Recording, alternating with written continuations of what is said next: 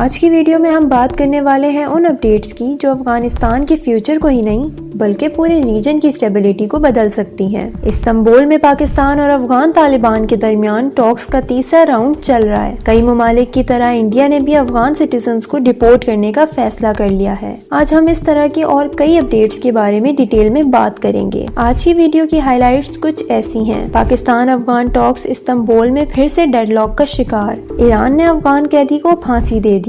India نے 6 افغانز کو deport کرنے کا فیصلہ کر لیا۔ یوکے کا شاکنگ افغان الائز کا ڈیٹا لیک۔ ویڈیو میں آگے بڑھنے سے پہلے دوستوں چینل کو سبسکرائب کر لیں اور بیل آئیکن بھی دبا لیں تاکہ ہماری لیٹسٹ خبریں آپ تک فوراً پہنچ سکیں اور ساتھ ساتھ ویڈیو کو بھی لائک کر لیں۔ تو چلیے شروع کرتے ہیں۔ السلام علیکم دوستوں، سب سے پہلے بات کرتے ہیں استنبول سے آئی بڑی خبر کے بارے میں۔ پاکستان اور افغان طالبان کے درمیان چلنے والی باتیں تیسرے راؤنڈ میں بھی کسی فیصلے تک نہیں پہنچ سکیں۔ ڈپلومیٹک سورسز کے مطابق پاکستان نے اپنی طرف سے بالکل لاجیکل اور فیئر ڈیمانڈز رکھی جنہیں ہوسٹ کنٹریز اور کچھ افغان ڈیلیگیٹس نے بھی لیجیٹیمیٹ کہا، لیکن طالبان ڈیلیگیشن نے لکھ کر کوئی بھی کمٹمنٹ دینے سے انکار کر دیا۔ سورسز کا کہنا ہے کہ افغان ٹیم ہر وقت کابل ایڈمنسٹریشن سے کانٹیکٹ میں تھی اور لگتا یہ ہے کہ ان پر وہیں سے کنٹرول ہے۔ پاکستانی ڈیلیگیشن نے زور دیا کہ ان کی ڈیمانڈز میوچل انٹرسٹ میں ہیں، لیکن کابل سے کوئی انکریجنگ رسپانس نہیں ملا۔ ہوسٹ کنٹریز نے بھی طالبان کو سمجھایا کہ پاکستان کی ڈیمانڈز بالکل ریزنیبل ہیں، مگر کچھ ایلیمنٹس کابل میں الگ ایجنڈا چلانا چاہ رہے ہیں۔ اس سب کے باوجود پاکستان کا سٹانس اب بھی اسٹرانگ، لاجیکل اور ریجنل سیکیورٹی پر بیسڈ ہے، لیکن ٹاکس اب ایک مشکل موڑ پر آ گئی ہیں۔ اب دوسری خبر ایران سے ہے،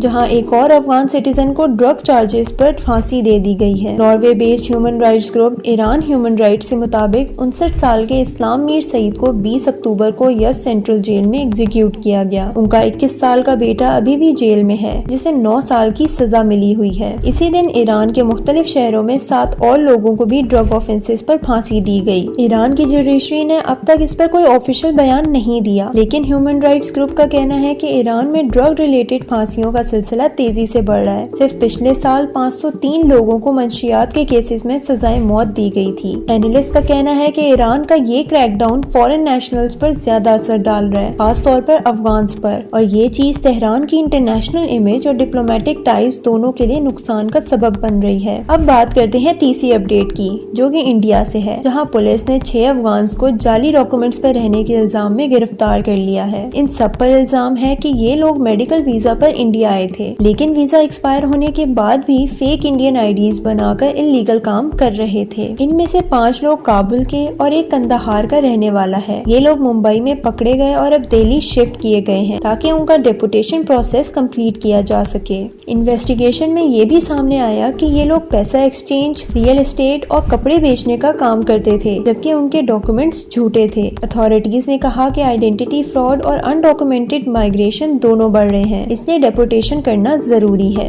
اور اب آج کی سب سے حیرت انگیز خبر یوکے سے ہے، جہاں ایک آفیشیل اسٹڈی نے کنفرم کیا ہے کہ منسٹری آف ڈیفنس کے ڈیٹا لیک کے بعد 49 افغان الائز کو قتل کر دیا گیا۔ یہ وہ لوگ تھے جن کا ڈیٹا 2022 میں غلطی سے لیک ہو گیا تھا، جب ایک رائل نیوی آفیسر نے 25,000 افغان اسائلم ایپلیکینٹس کی لسٹ غلطی سے افغانستان بھیج دی۔ اس رپورٹ میں 231 افغانز کا سروے کیا گیا، جس میں 200 نے کہا کہ انہیں یا ان کی فیملی ممبرز کو ڈائریکٹ تھریٹس ملے۔ اب تک 24,000 افغان سولجرز اور ان کی فیملیز سیکریٹلی یوکے ریلوکیٹ کی گئی ہیں، لیکن اب بھی ہزاروں لوگ خطرے میں ہیں۔ یوکے آفیشلز نے ایڈمٹ کیا کہ 49 ڈیٹا بریچ انسیڈنٹس ہو چکے ہیں، کچھ سائبر اٹیکس اور کچھ ہیومن ایرر کی وجہ سے۔ رائٹس ایڈوکیٹس نے اسے برٹش گورنمنٹ کا فیلئر قرار دیا اور کہا کہ افغان الائز کو پروٹیکٹ کرنے میں پوری طرح ناکامی ہوئی ہے۔ تو دوستوں یہ سب اپڈیٹس مل کر ایک خطرناک تصویر بنا رہی ہیں، جہاں افغانستان ہر سطح پر پریشر میں ہے۔ پاکستان ڈپلومیٹک لیول پر ریزننگ سے کام لے رہا ہے، ایران اپنی پالیسیز اور ایگزیکیوشن کے ذریعے خوف کا ماحول بنا رہی ہے، انڈیا انلیگل افغانز کو نکال رہا ہے اور یوکے اپنے ہی ڈیٹا لیک سے پریشان ہے۔ آپ کا کیا خیال ہے؟